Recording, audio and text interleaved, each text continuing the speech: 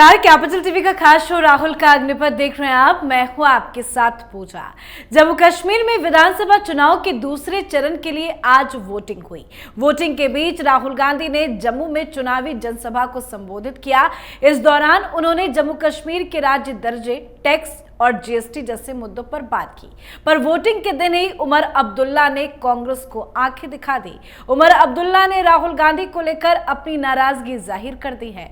दरअसल उन्होंने अपने एक बयान में कहा कि जम्मू में कांग्रेस से जितनी उम्मीद थी उतना काम नहीं हुआ है। उन्होंने राहुल गांधी को आगे जम्मू पर ध्यान देने की सलाह भी दे डाली है। तो नतीजों से पहले कांग्रेस एनसी के बीच तू मैं की पूरी डिटेल्स आपको बताएंगे। पर बड़ी खबर और राहुल गांधी को झटका देने की खबर यह है कि एक बार फिर से राहुल गांधी के पासपोर्ट रद्द करने की मांग की जा रही है। पर इस बार मामला कुछ ज्यादा आगे तक पहुंच गया है।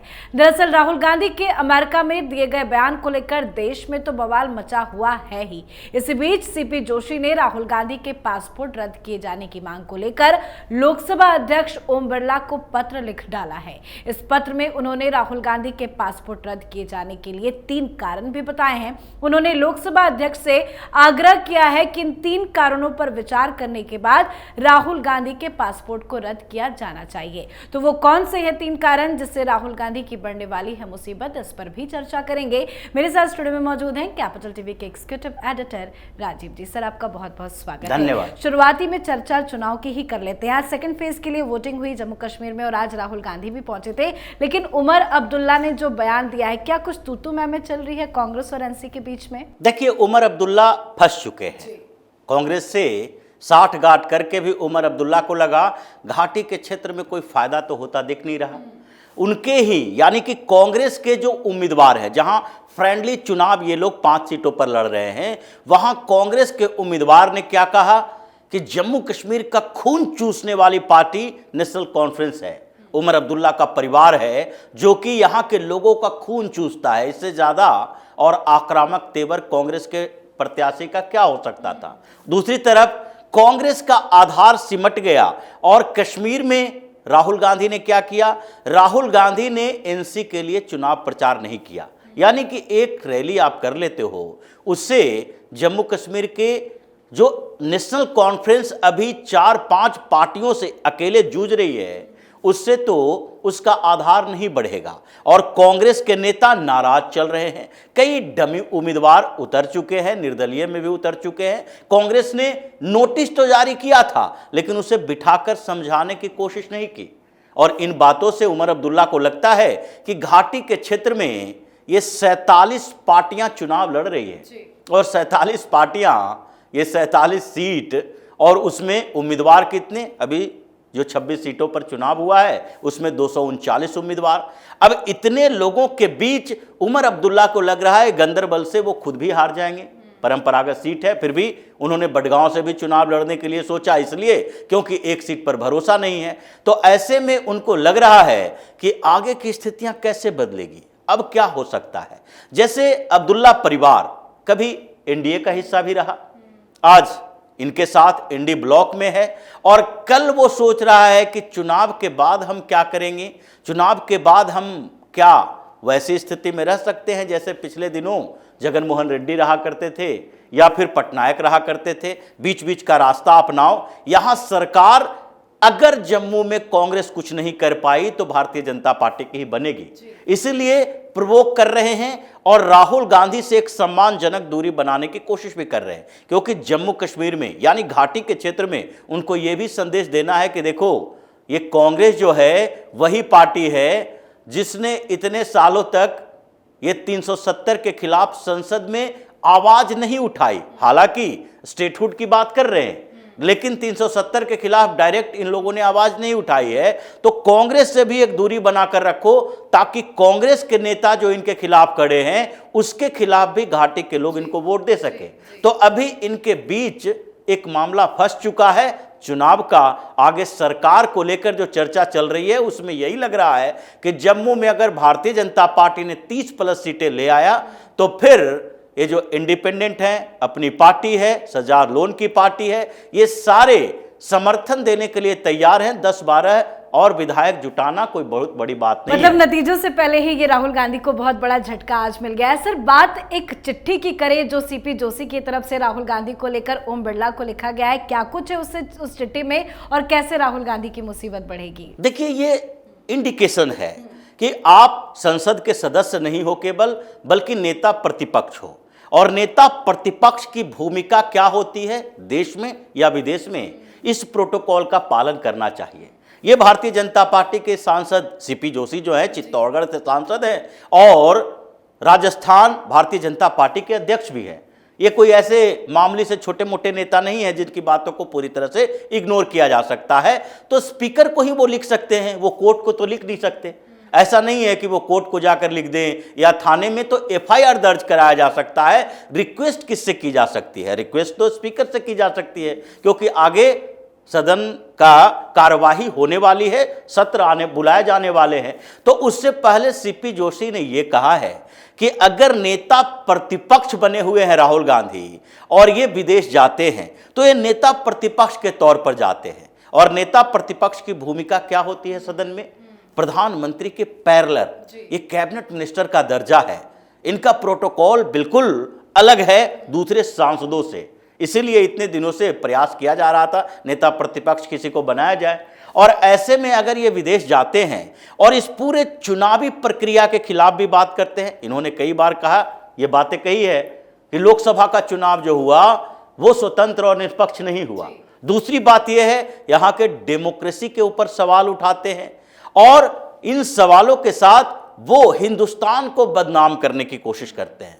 तो ऐसे व्यक्ति के ऊपर कार्रवाई क्या लोकसभा के अंदर नहीं होनी चाहिए? लोकसभा से भी कोई कार्रवाई होनी चाहिए। इसके लिए हो सकता है कि ओम बिरला के अधिकार क्षेत्र से बाहर है कि उनके पासपोर्ट को रद्द किया जाए। ये स्पीकर का अधिकार क्षेत्र नहीं है, लेकिन स्पीकर को जो सवाल दिए गए हैं, जो मुद्दा उठाया गया है, उसमें एथिक्स कमेटी को वो ट्रांसफर कर सकते हैं। उस लेटर पर कार्रवाई की बात कर सकते हैं कि भाई इसके ऊपर सुनवाई होनी चाहिए, कार्रवाई होनी चाहिए। जैसे महुआ मोइत्रा का भी मामला आया, एथिक्स कमेटी में गया, तो उसी तरह से एथिक्स कमेटी के अंदर ये रिकमेंडेशन हो सकता है कि एथिक्स कमेटी इस पर चर्चा करे कि नेता प्रतिपक्ष के तौर पर किसी व्यक्ति की भूमिका कैसी होनी चाहिए। और राहुल गांधी ने अमेरिका में जाकर जो किया, क्या वो इथिकल था? अगर संसद के अंदर इसकी चर्चा नहीं होगी तो बार बार नेता प्रतिपक्ष ऐसा काम करते रहेंगे। तो ये जो लेटर है वो सिर्फ पासपोर्ट रद्द करने के लिए स्पीकर की भूमिका को लेकर नहीं है, बल्कि सदन के अंदर इसकी चर्चा होनी चाहिए। और फिर प्रिविलेज्ड होता है, लोकसभा या राज्यसभा के सांसद कोई भी हैं, उनको विशेषाधिकार होता है। तो विशेषाधिकार समिति भी है, उस समिति में भी यह चर्चा हो सकती है कि एक सांसदों के, सारे सांसदों की बात है कि सांसद होने के कारण हमें यह महसूस हो रहा है कि दूसरे सांसद राहुल गांधी जो नेता प्रतिपक्ष भी हैं, उन्होंने हमारे विशेषाधिकार का हनन किया। हमारा विशेषाधिकार है ये इस बात के लिए कि आप देश में या विदेश में जाकर संसद की छवि को खराब नहीं कर सकते। संसद की छवि खराब होगी तो सांसदों की छवि खराब होगी। तो सब एक दूसरे से जुड़ा हुआ है। मतलब एथिक्स कमेटी में यह रिकमेंडेशन जा सकता है कि राहुल गांधी के इस बिहेवियर पर चर्चा हो, क्या क्या बोला जाना चाहिए, क्या नहीं बोला जाना चाहिए। ये एक लक्ष्मण रेखा तय होती है हर जगह पर, चाहे सुप्रीम कोर्ट हो, संसद हो या संसद के बाहर हो। संसद के अंदर अगर आप कुछ बोलते हैं तो उसको कोर्ट में चैलेंज नहीं किया जा सकता। इसलिए संसद के अंदर या विधानसभा के अंदर ये लोग ऐसी बातें बोल जाते हैं जो मानहानि के दायरे में आता है, फिर भी मानहानि का मुकदमा दायर नहीं हो सकता। जैसे हर बार जब जरूरत पड़ती है पीएम मोदी को गालियां देने की, केंद्र सरकार के खिलाफ बोलने की, तो ये अरविंद केजरीवाल अपने विधानसभा का सत्र बुला लेते हैं और उसी के अंदर भर भर कर गालियां देते रहे हैं। लेकिन उसको चूंकि कोर्ट में चैलेंज नहीं किया जा सकता और स्पीकर भी उनका ही है, तो उनके खिलाफ कोई कार्रवाई हो ही नहीं पाई। इसी तरीके से कांग्रेस ने, इसी तरीके से राहुल गांधी अंदर में क्या बोलते हैं वो एक अलग मामला है, उसको कोर्ट में चैलेंज नहीं किया जा सकता। लेकिन संसद के बाहर, और उसमें भी देश के बाहर जाकर आप ऐसी ऐसी बातें करते हो जिससे यहां पर आग लगने की स्थिति पैदा होगी। यानी कि आपने सिख सेंटिमेंट को प्रवोक किया। तो आपने क्या बोला एक समुदाय विशेष के लोगों को प्रवोक किया, जिसका इतिहास पहले रह चुका है। ये जो खालिस्तानी आतंकवाद पैदा हुआ उसमें कांग्रेस की बड़ी भूमिका थी, और वो भी सिख सेंटिमेंट को इस तरीके से प्रवोक करने के कारण ही हुआ था। और 1984 के दंगे के बाद वो और ज्यादा खालिस्तानियों का समर्थन बढ़ता गया।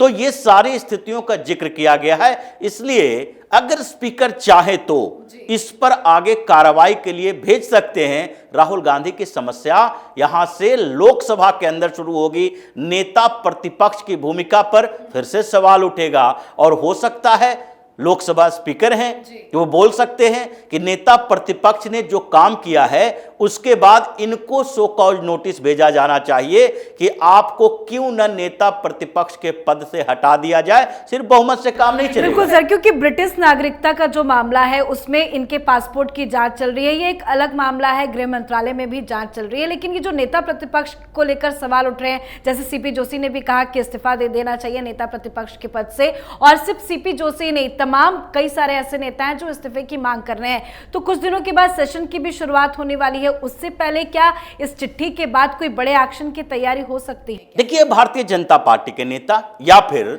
उनके एलाई पार्टनर जो हैं, ये सारा जिस तरीके से रामदास अठावले ने बोला था, अब सीपी जोशी भी बोल रहे हैं, तो इन सांसदों के पास भी अधिकार है। ये एक सूचना दे सकते हैं, पार्लियामेंट में सवाल उठा सकते हैं, और यह भी हो सकता है कि ये लोग फिर से ये मांग कर सकते हैं नेता प्रतिपक्ष के लिए फिर से वोटिंग हो। या फिर जो सबसे बड़ी पार्टी है वो भी रिप्लेसमेंट की बात करे, नोटिस भेजा जा सकता है। या फिर इन लोगों को नेता प्रतिपक्ष के तौर पर राहुल गांधी जैसे ही इनकी संख्या बढ़ी, मोदी के भाषण के समय या फिर दूसरे नेताओं के भाषण के समय हुड आउट किया, इन लोगों को ये चाहिए कि अगर राहुल गांधी जैसे एंट्री करते हैं, अगर वहां पर ये हो हल्ला मचाने लगे, तो फिर राहुल गांधी को ये सोचना पड़ेगा, विपक्ष को ये सोचना पड़ेगा कि हमने किसे नेता प्रतिपक्ष बनाया है। ये राहुल गांधी की संसद के अंदर की परेशानियां हैं, लेकिन परेशानियां एक और स्तर पर है। अभी देखिए, तमिलनाडु के अंदर 26 थानों में एफआईआर दर्ज करवाए गए हैं। ये 1 2 4 नहीं, जैसे छत्तीसगढ़ में 3 जगह पर एफआईआर दर्ज करवाए गए, कर्नाटक में एफआईआर दर्ज करवाया गया, तमिलनाडु में 26 थानों में एफआईआर दर्ज करवाया गया है राहुल गांधी के अमेरिका में दिए गए बयानों के खिलाफ। अब उन 26 थानों में जो एफआईआर दर्ज किया गया है उसको ये लोग कोर्ट में चैलेंज करेंगे कि सबको एक साथ लाया जाए। ये हमेशा स्ट्रेटजी रही है कांग्रेस की, विपक्ष की, या इस तरह के जितने लोग हैं उसकी, कि इतने सारे एफआईआर दर्ज किए गए तो सबको इकट्ठा करके एक साथ जांच होनी चाहिए। हो सकता है 26 थानों में जो एफआईआर दर्ज की गई है, अगर एक ही मुद्दे पर हो तो सबको एक साथ किया जा सकता है, लेकिन एक मुद्दे पर नहीं है। कुछ एफआईआर दर्ज किए गए हैं वो इनके एंटी सिख जो बयान है उसके खिलाफ। कुछ एफआईआर दर्ज किए गए हैं जो इन्होंने चुनाव आयोग के ऊपर सवाल उठाए थे उसके खिलाफ। कुछ ऐसे एफआईआर दर्ज किए गए हैं जो इन्होंने कहा था कि अगर सही तरीके से चुनाव हुआ होता तो आज इंडी ब्लॉक की सरकार बनी होती। यानी कि आप स्वतंत्रता निष्पक्षता पर सवाल उठा रहे हैं।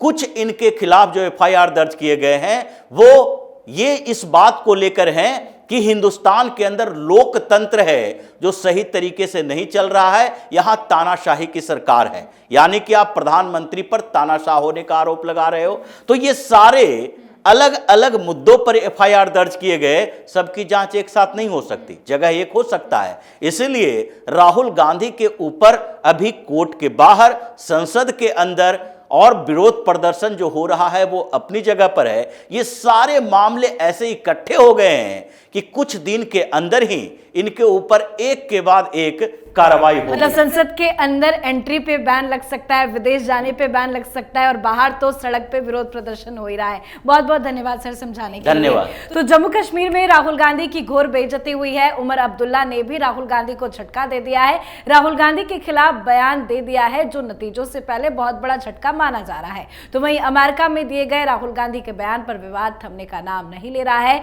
विरोध प्रदर्शन तो लगातार हो ही रहे हैं, एफआईआर भी लगातार दर्ज हो रहे हैं, पर इसी बीच बीच लोकसभा अध्यक्ष ओम बिरला को लिखी चिट्ठी में सीपी जोशी ने मांग कर दी है कि राहुल गांधी नेता प्रतिपक्ष के पद से इस्तीफा दे या फिर सरकार उनका पासपोर्ट जब्त कर ले, जो राहुल गांधी के लिए एक बहुत बड़ा झटका है। तो इस पर आप अपनी राय कमेंट कर लिखें। देखते रहिए कैपिटल टीवी। नमस्कार।